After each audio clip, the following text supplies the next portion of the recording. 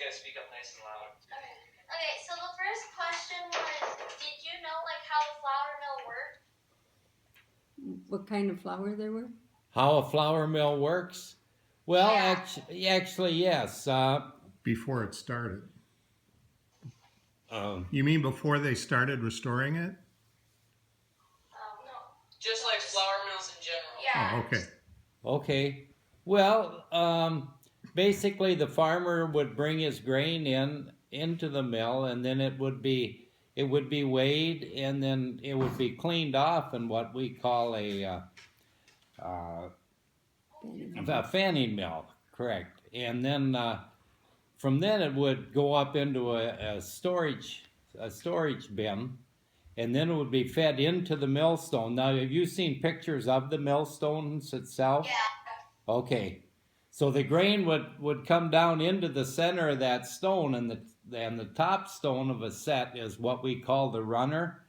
That's the one that turns, and that's powered by our mill has always been a turbine mill.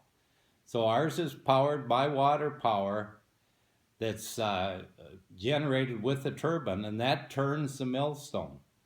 And then as that turns, the grain works its way to the outside after it's been ground, and then it goes through the system, and then it, depending on what kind of grain we grind corn at our mill. And so we use that for cornmeal. Okay. How many people does it take to run a mill? Well, probably you would need at least 2 people. You could, because one person would have to be right there at the milling station at all times in case something happened, and the millstone would have to be stopped or something. So it'd be a minimum of 2 people, and depending how much grain they had to grind.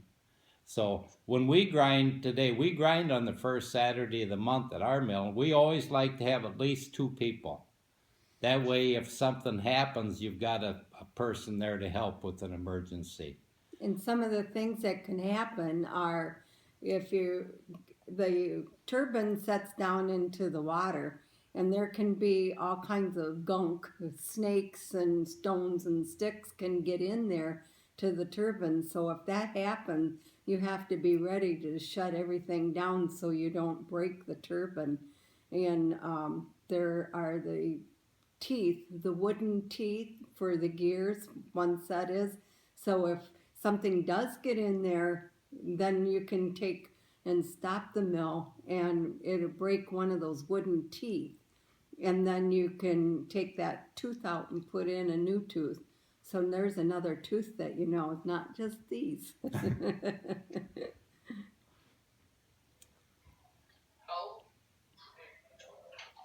How long have mills been around, do you know? Well, people have been grinding grain, I guess, forever. Because, yeah, so we've just evolved, from hand grinding in what do they call the pretzel. Yeah. Well, you've seen where the Indians have a little bowl and then they take, so that's the very first kind of grinding that they would have done. And then as people got a little smarter, they figured out the machinery. You've seen the great big mills, or you've seen mills and you see the really pretty pictures where you've got the great big water wheel on the outside.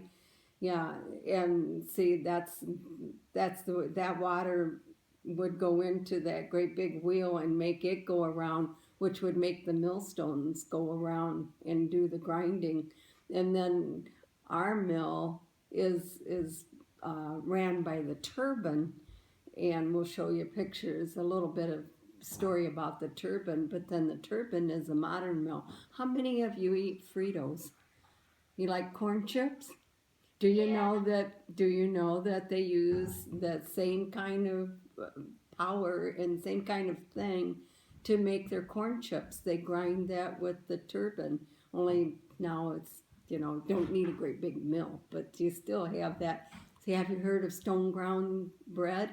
Same difference. Well, I think if we think of the mills like ours, I would guess if as far as how old it is, I would say you probably could go back even to the 1700s uh, with something like that. Not quite as advanced as we are, but I would have to guess. I don't know the for sure answer to that, to be honest. Okay. Those two millstones, how close were they together? Like when they would grind the flour? How close were they? They're actually very, very close. Then how fine your flour ends up or whatever you're grinding would depend on how close they are, but they would be very close, although we're very careful with our stones that you don't ever go touch the stones together because that's what really makes them dull in a hurry.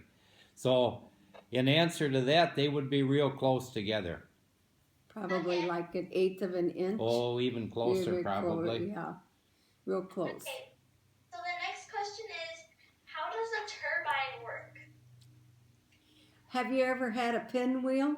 When you know, this time of the year, you get a little pinwheel and you blow in it. You know what I'm talking about? Those fun things.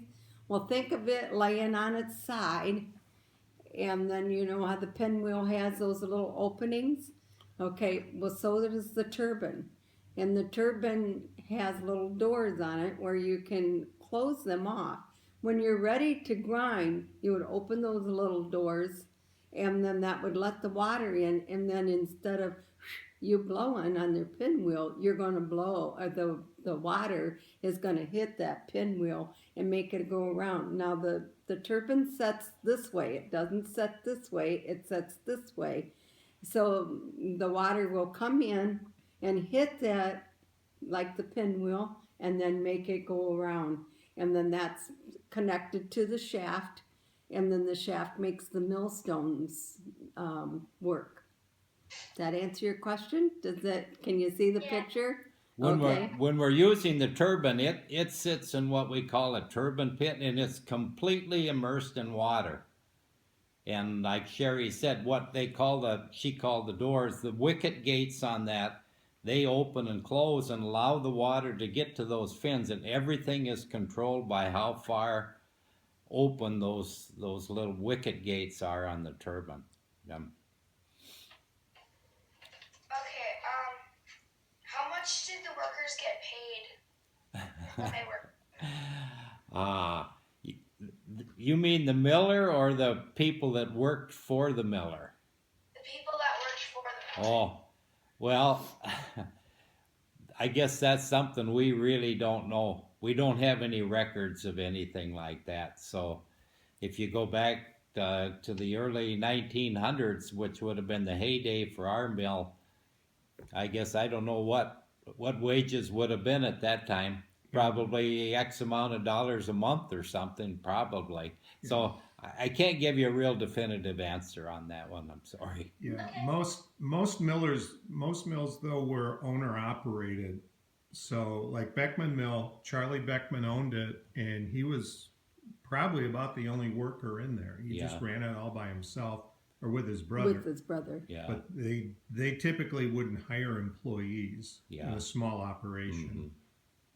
And they would do like the barter. The farmer would bring in some grain, and then he'd say, okay, I'm going to keep, for doing this for you, I'm going to keep so much for myself, whatever percent of it. Say you brought in 5 bushels, maybe he would keep 1 bushel or something.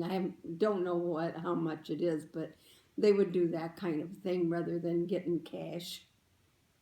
Yeah.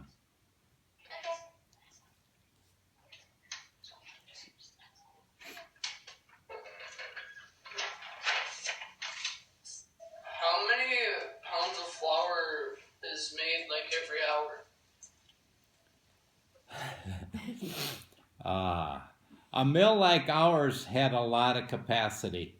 Matter of fact, at one time, they had 2 sets of milling stations, so they could have run a lot of product through ours because on the second, or actually would be the 3rd floor of our mill, is what's called a bolter, and that runs almost the full length of the mill, and that's what sifted the flour, and it's a big unit. So there too, it would depend on how much the farmer brought in, but they could grind a lot of product in a day. They would have a lot of capacity in a mill like ours. Well, tell them how much our corn.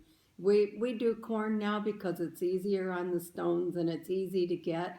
And if you got an idea what a bag of corn or a bushel of corn, pick corn is like, we can put that in there and we can grind it, and it only takes us 2 minutes to grind all that. Yeah. So it's very quick.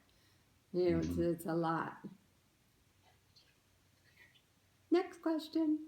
Why did they make flour? How do you make flour? Like, That would- why did they make flour? Why did they make flour? Well, I guess flour was made because to make bread. Obviously, that's people have eaten bread for many years. All different kinds of bread, the flat breads and whatever. If you go back centuries ago, it would have had flour. Our mill was noted for buckwheat. Have you ever had buckwheat pancakes? Our mill was noted for that. Mm-hmm. You can buy buckwheat flour in the grocery store if you notice, and it's a little different grain, but that's what the Beckman mills were most noted for, was their buckwheat flour. Yeah. And the grinding turns the grain into a usable product. You could eat, with corn, you could eat it raw, or you could have corn on the cob. But if you want to do anything else, make corn muffins or cornbread, you've got to grind it into a flour to make it usable. Same with wheat. Wheat all by itself isn't of that much value until you grind it into a flour. And then you can make breads and cakes and cookies and all sorts of things with it. Okay, so the next question is, do you know how long it would take for a millstone to be repaired? Tell them do you know